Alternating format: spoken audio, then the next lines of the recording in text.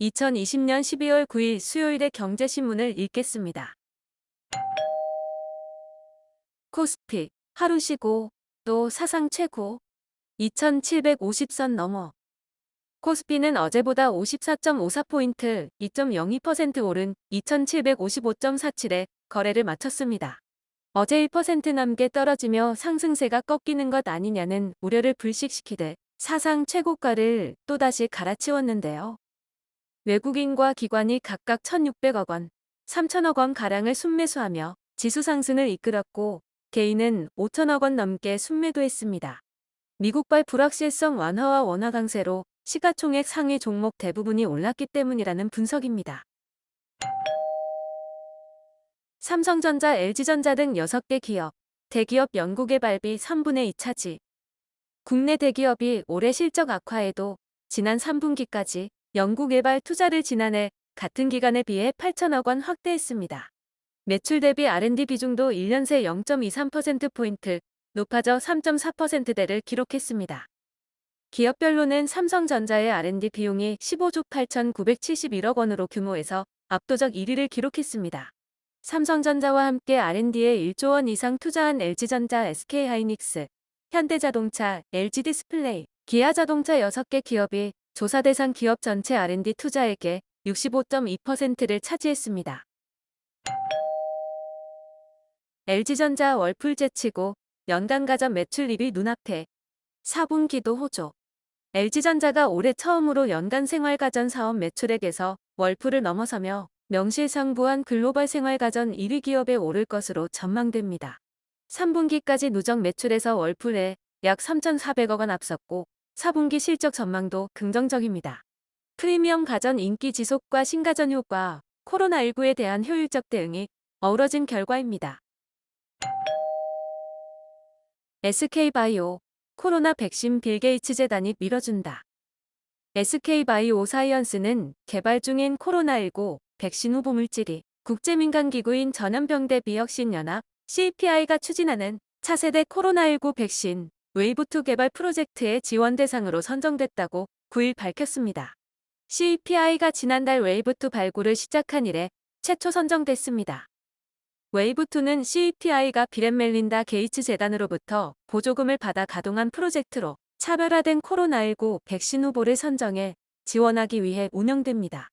이에 따라 SK바이오사이언스는 CPI로부터 임상 1 이상 등에 활용할 1,000만 달러의 연구개발비를 지원받을 수 있게 됐습니다. 내일부터 공인된 인증서 사라진다. 앞으로 어떻게? 정부도 당장 다음 달 연말정산부터 공인인증서 외에 다른 방식으로 본인 인증을 할 수 있는 시스템 구축에 나섰습니다.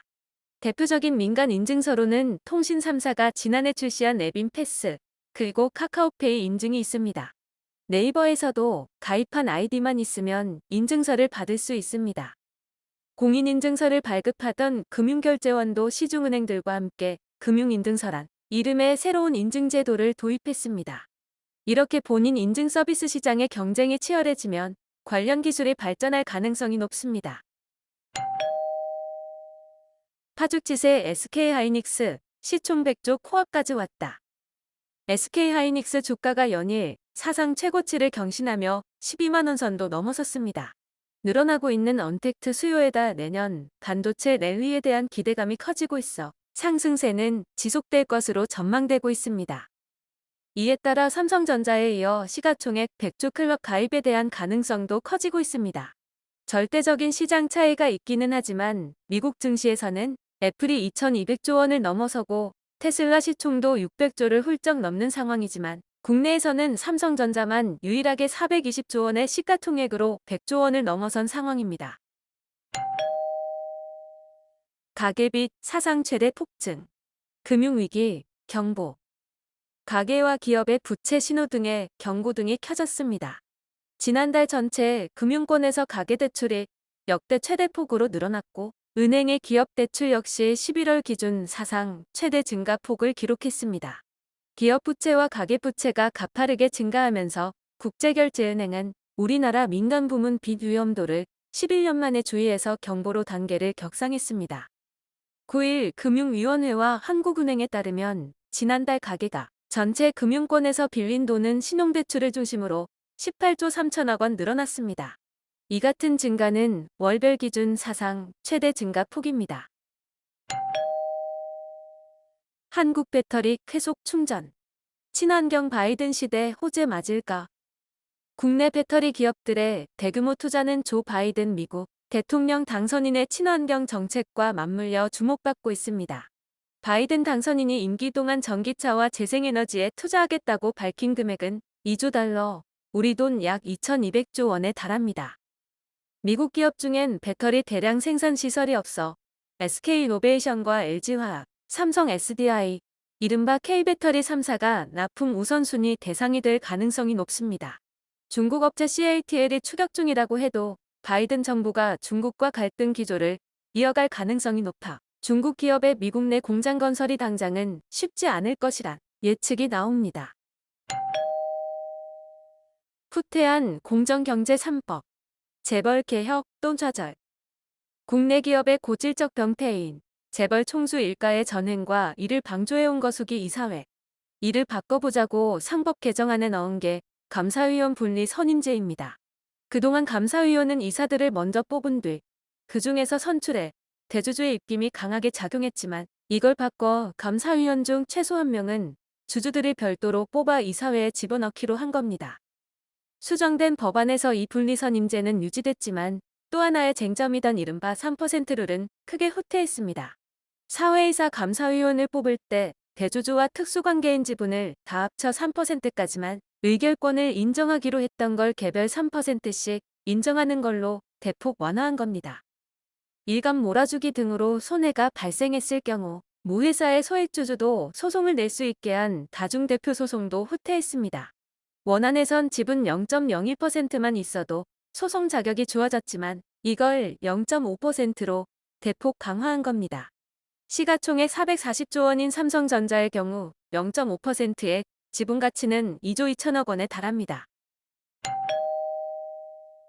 쑥쑥 크는 무선 이어폰. 코로나19 이후 중저가 대세. 9일 시장조사업체 카운터포인트 리서치에 따르면 올해 3분기 세계 무선 이어폰 시장은 전분기 대비 24% 성장했습니다. 전체 시장의 성장과 함께 소비자 가격 $100 이하 제품의 판매 비중이 56%를 기록해 처음으로 절반을 넘었습니다. 코로나 확산 이후 글로벌 소비 심리 위축, 온라인 채널 판매 확대 등의 영향으로 중저가 브랜드 중심의 판매가 크게 늘었기 때문입니다.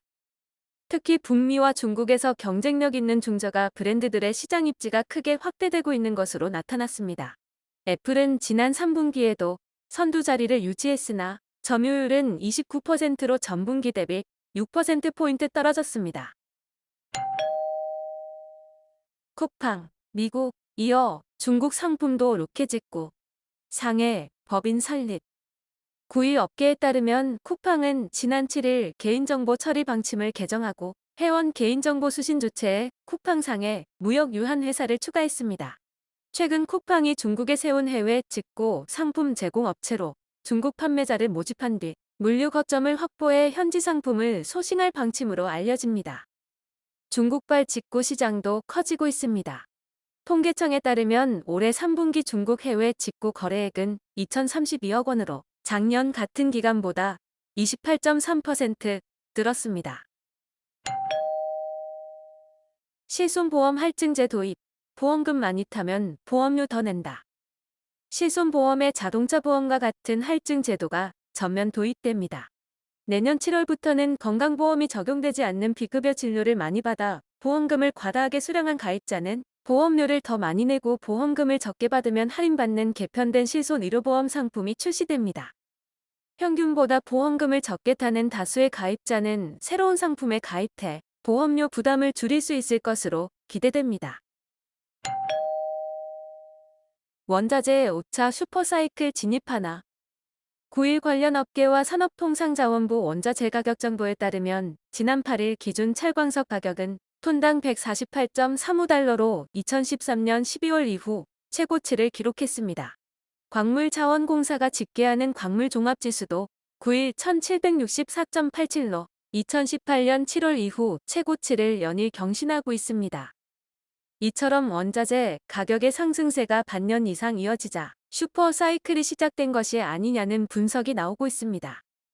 글로벌 투자은행인 골드만삭스는 전기동과 철광석 가격이 최고가를 경신한 것과 관련 장기적이고 구조적인 상승장, 일명 불마켓이 올 수 있다고 했습니다. 특히 2000년대 중반부터 시작됐던 원자재 슈퍼사이클이 곧 다가올 수 있다고 전망했습니다. 내년부터 잘못 보낸 돈 쉽게 돌려받는다. 예금자 보호법 통과. 내년 7월부터 실수로 잘못 송금한 돈을 쉽게 돌려받을 수 있는 차고송금 반환지원 제도가 시행됩니다. 개정안에 따르면 앞으로 금융회사가 차고송금 반환 요청을 해도 수취인이 반환을 하지 않는 경우 예금보험공사가 반환을 지원할 수 있습니다. 예보는 금융회사나 행정안전부, 통신사 등으로부터 수취인에 관한 정보를 받은 뒤 수취인에게 자진 반환 안내 등을 통해 송금액을 회수해 송금인에게 돌려주게 됩니다. 실업자 해고자 노조 가입. 소방관도 공무원 노조 활동 가능. 국제노동기구 핵심 협약 기준에 따라 국내 실업자와 해고자도 앞으로는 기업별 노동조합에 가입해 활동할 수 있게 됐습니다. 다만 노조 임원과 대의원 자격은 사업장에 종사하는 조합원으로 제한했습니다. 기업별 노사관계 중심인 국내 산업 현장의 현실을 고려한 장치입니다. 또 비종사 조합원이 사업장에서 노조 활동을 할 경우 사용자의 사업 운영에 지장을 주지 않는 범위에서 하도록 했습니다. 사업 운영에 지장을 주지 않는 범위라는 개념의 모호함은 앞으로 노사 간 논란이 될 수 있는 대목입니다. 위안화 초강세 지속.